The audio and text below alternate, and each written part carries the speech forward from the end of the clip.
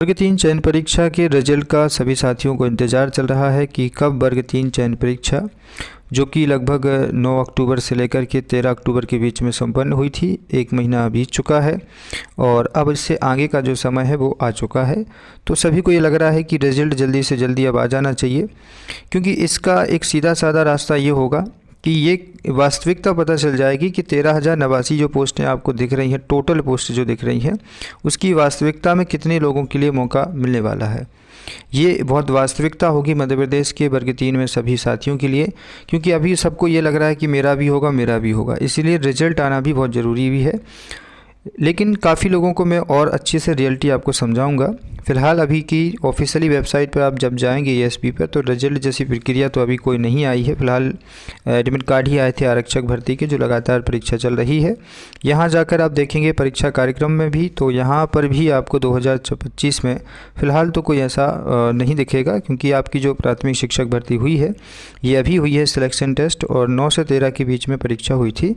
तो मैक्सिमम अभी आपको लगभग 15 दिन का 20 दिन का और टाइम का इंतज़ार करना पड़ेगा। 15-20 दिन का मतलब ये मान के चलिएगा कि आपका जो रिज़ल्ट है वो नवंबर के लास्ट में या संभवतः दिसंबर के फर्स्ट वीक में पॉसिबल बनता है, दिसंबर तक ही आएगा। ठीक है, क्योंकि अभी एटलीस्ट 50 दिन तो लगते ही हैं कोई भी एग्ज़ाम जब होता है तो रिज़ल्ट बनाने में। अभी आप देखेंगे तो आबकारी एग्ज़ाम हमसे पहले हुआ था तो रिज़ल्ट नहीं आया है, इसका मतलब 45 दिन नहीं हुए हैं, और 45 दिन भी कोई कंपलसरी नहीं होता है। ईएसबी के पास जैसा समय मिलता है उसी तरीके से काम होते हैं। अब यहाँ देखिए 21 सितंबर को आखिरी पेपर हुआ था, 21 सितंबर से 21 अक्टूबर और 21 नवंबर, मतलब यहाँ तो 60 दिन होने को हैं। तो इसी तरह से सबसे पहले आपका आएगा रिजल्ट जो आबकारी का आएगा, फिर उसके अगले रिजल्ट में वर्ग 3 का रिजल्ट होगा। लेकिन इसमें सिलेक्शन कितने बच्चों का होगा नहीं होगा, यहाँ पर थोड़ी सी वास्तविकता को समझ लेना ज़रूरी है कि मध्य प्रदेश में प्राथमिक शिक्षक चयन भर्ती परीक्षा में जो आपको एक बड़ा डाटा दिखाई दे रहा है कि जो 13,089 जो पद हैं उसमें वास्तविक रूप से आपके हाथ में कितने पद आने वाले हैं। अभी फ़िलहाल जो आप देखेंगे कुल आवेदन कैटेगरीज वाइज आपको दिखाई दे रहे होंगे कि कुल कितने बच्चों ने आवेदन किए थे। 1,10,000 बच्चे टोटल जो थे पात्र पाए गए थे, मतलब आवेदन की संख्या बताई गई थी 1,10,000 है।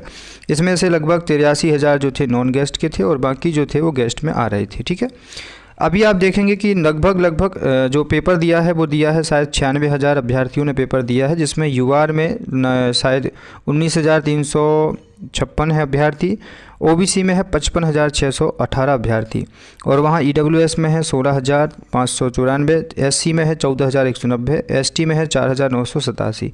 मतलब मोटा मोटा आप देखें तो ये ओवरऑल है, ओबीसी में सबसे ज़्यादा है, सबसे कम जो है वो एसटी में है, ये आप देख सकते हैं।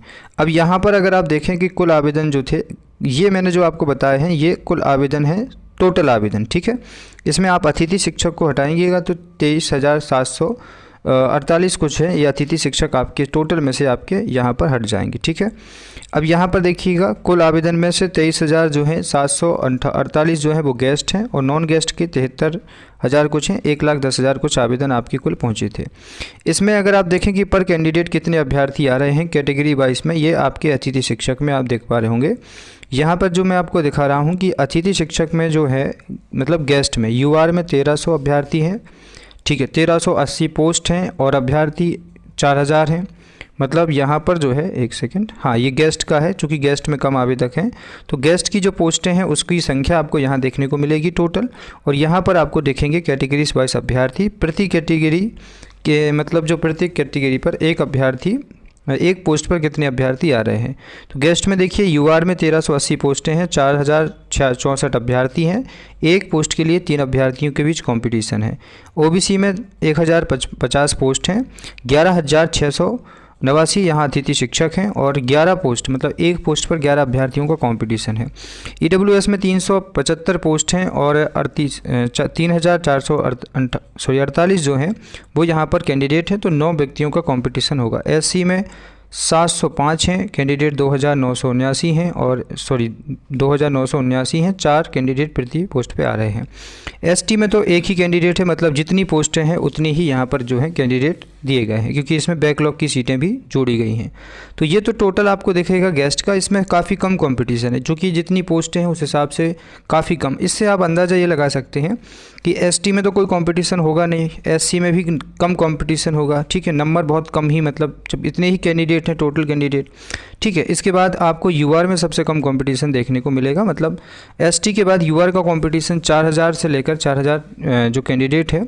अब आप कहेंगे क्या इसमें 14% ओबीसी है? जो जी नहीं, इसमें जो जोड़ा गया है, हाँ, इसमें आपको 14% नहीं 27% जोड़ा गया है, क्योंकि आप ठीक है 50-50% अगर आप करते हैं तो इसमें 14 जोड़ के भी बताया गया है। 14 जोड़ के नहीं, 14 शायद हटा के इसमें दिया गया है। ये आपका 14% है इस पर, और इस पर जो नॉर्मल चलता है, मतलब इसमें 27 नहीं जोड़ा गया है। 27 के हिसाब से फिर 50% पोस्टें और ज़्यादा हो जाती।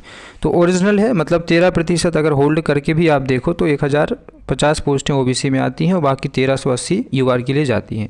13% इसमें दोनों की कैटेगरी में होल्ड किए जाएंगे, बाकी जो है वो फेयर रहेगा सब कुछ, ठीक है।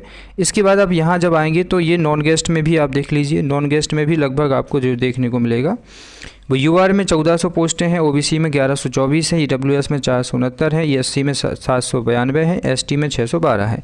कैंडिडेट प्रति कैटेगरी में देखेंगे तो आप 15,292 यूआर में है, ओबीसी में 43,937 हैं, ईडब्ल्यूएस में 13,146 हैं, एससी में 11,211 हैं, और जो एसटी है उसमें वही सिंगल पोस्ट पे कैंडिडेट बैठे हुए हैं। तो यहाँ पर जो है सबसे ज़्यादा कंपटीशन फ़िलहाल जो है ओबीसी कैटेगरी का है, क्योंकि इसमें एक पोस्ट के लिए 39 बच्चों को फाइट करना पड़ेगा, क्योंकि यहाँ पर जो कैटेगरी वाइज मतलब जो पोस्ट हैं वो उतनी ही है जितनी गेस्ट में थी। पर यहाँ देखिए आवेदक की संख्या बहुत ज़्यादा बढ़ चुकी है। यहाँ पर भी आप देखो, वहाँ कंपटीशन था 3 बच्चों के बीच में, मतलब एक पोस्ट के लिए 3 अभ्यर्थी थे दावेदार, यहाँ पर 10 दावेदार हैं, ठीक है। वहीं ईडब्ल्यूएस में भी 28 दावेदार आपको देखने को मिलेंगे। तो ये कंपटीशन जो है दिखाई देता है कि पोस्ट प्रति पोस्ट कितने बच्चे कंपटीशन में फाइट कर रहे हैं, ठीक है। तो ये रहा नॉन गेस्ट का, यहाँ जो गैर अतिथि शिक्षक कैटेगरी वाइज आवेदन है, और उसके बाद जो है ये गेस्ट का मैंने बताया कि प्रति पोस्ट पर कितने अभ्यर्थी बैठ रहे हैं। अब देखो वास्तविकता साथियों यही है आप सभी के लिए कि कुल आवेदन जो आए थे वो 1,10,000 आवेदन पहुँचे थे, जिसमें उपस्थिति हुई थी लगभग 96,000 की। 50% स्कोर किया है लगभग यहाँ पर 60% अभ्यर्थियों ने, 50% स्कोर जो रहा है, ठीक है। 55 से 59 के बीच में 25%, 65 से 60 के बीच में 10% और 65 प्लस है 5%। अब ये जो है कैटेगरी वाइज नहीं बता सकते कि किस कैटेगरी के अभ्यर्थी ने कौन सा किया। अब यहाँ ओबीसी एससी का भी हो सकता है। तो ये जो कट ऑफ अभी आपको बताया गया ओवरऑल कि 60 से नीचे ही रहेगा, मतलब जो एवरेज है कट ऑफ वो 65 से नीचे ही जाएगा 4 कैटेगरियों का। एक ईडब्ल्यूएस हुई, एक ओबीसी हुई, एससी और एसटी। एसटी का तो वैसे भी कट ऑफ बनेगा नहीं, क्योंकि जितने कैंडिडेट हैं उतनी पोस्ट हैं, लेकिन 65 एक राउंड फिगर का नंबर है, क्योंकि ये स्कोर रहा है बच्चों के हिसाब से वहाँ पर, ठीक है। तो ये संख्या आप देख सकते हैं कि लगभग 50 प्लस स्कोर वाली संख्या है 54,000, 50 से 59 के बीच में 22,000, 60 से 65 के बीच में 9,000, 65 प्लस है 4500 समथिंग। तो ये कैंडिडेट वो हैं जिन्होंने जो है एग्ज़ाम दिया है। मॉडरेट और हार्ड जो पेपर का कैलकुलेशन है वो थोड़ा सा अनफेयर दिखाई देता है। तो इस हिसाब से आप ये देख सकते हैं कि यहाँ पर जो टोटल पोस्ट हैं ये 27% शायद इसमें जोड़ करके ही बताया गया है। हाँ, मेरे हिसाब से 27% रिजर्वेशन का ही ये टोटल मार के 50% किया गया है। इसको ठीक कर लीजिएगा आप लोग, मैंने शायद 14% बताया है। जो आप सभी की पोस्टें हैं 13,089 पोस्ट हैं, इसमें से आप देखेंगे तो 13% आपको 27% आपको गेस्ट टोटल ओबीसी निकालना पड़ेगा और बाकी सभी रिजर्वेशन। तो मेरा कहना आपसे ये है कि पोस्टों की जो संख्या है वो नॉन गेस्ट के हिसाब से काफ़ी अनकम्फर्टेबल है। गेस्ट के हिसाब से तो फिर भी आप मान लीजिए ठीक है कि यहाँ पर कम कंपटीशन होगा। प्रति कैटेगरी आप देखिए, जैसे यहाँ पर सबसे कम मतलब कम से कम दिखाई दे रहा है, लेकिन सपोर्ट सबको करना चाहिए। जो अतिथि शिक्षक हैं वो भी इस आंदोलन को, प्रोटेस्ट को सपोर्ट करें, और जो गेस्ट में है वो तो कर ही नॉन गेस्ट वाले। तो ये जो लगातार प्रोटेस्ट की चर्चा हो रही है कि मध्य प्रदेश में बेरोजगारों की संख्या लगातार बढ़ रही है, जबकि राज्य सरकार स्वरोजगार देने के वादों को पूरा करने का महज दिखावा करते हुए नजर आ रही है। ताज़ा मामला प्राथमिक शिक्षक भर्ती से संबंधित है। राज्य प्राथमिक शिक्षक भर्ती से संबंधित है। राज्य सरकार ने जोर शोर से लगभग 13,000 प्राथमिक शिक्षकों के पद भरने की ऐलान किया था। भर्ती प्रक्रिया शुरू हो गई, लेकिन इस भर्ती के इस भर्ती के बहाने सरकार ने ऊंट के मुंह में जीरा जैसा कहावत को चरितार्थ किया है। दरअसल प्रदेश में 1,81,152 प्राथमिक शिक्षकों के पद खाली हैं। युवाओं को रोजगार के लिए भर्ती निकाली थी। इसमें सरकार ने ऐसा खेल खेला है कि युवा पैरों तले जमीन खिसक गई। दरअसल सरकार ने प्राथमिक शिक्षक में 50% अतिथि शिक्षक आरक्षण देने की घोषणा की थी। इसके बाद 3,000 पदों की अनुसूचित जनजातियों की वर्ग की नियुक्ति मिलेगी। बचे हुए 5,000 पदों पर लाखों बेरोजगार युवा भाग्य आजमा रहे हैं। सरकार इस षड्यंत्र से नाराज होकर गुना में शुक्रवार को भर्ती परीक्षा में सभी अभ्यर्थी शामिल हुए। तो प्रदेश भर में सभी जगह से ज्ञापन जा रहे हैं और आप लोग भी इसका हिस्सा बनिए, क्योंकि ये सफल हुआ है 2023 में। 2023 में भी काफ़ी कम पद आए हुए थे, उस समय भी ये प्रयास किया गया था। तो आप लोग भी वर्ग 3 में पद वृद्धि के लिए नॉन गेस्ट के साथ, क्योंकि देखिए 50% पोस्टें अगर सीधी जाएंगी तो 13,000 में से 6,000 वो और बैकलॉग की सीटें। अभी इसमें स्पेशल एजुकेटर की कोई चर्चा हुई नहीं है। अगर स्पेशल एजुकेटर और जोड़ दिया जाएगा तो लगभग 3200 सीधी पोस्टें वो चली जाएंगी। इसका मतलब कुछ नहीं मिलेगा वर्ग 3 वालों को। तो कुल मिलाकर जो आप रिजल्ट का देख रहे हैं उससे अच्छा विशेष प्रयास कीजिए कि आपकी पदवृद्धि संभव हो सके। प्रत्येक जिले से, प्रत्येक विभाग से अपना अपना एक आदेश जो ज्ञापन है वो उसको आप दे दीजिए। सर तो यहाँ जो मैंने पोस्टें दिखाई हैं ये OBC 27% आरक्षण के साथ दिखाई हुई हैं।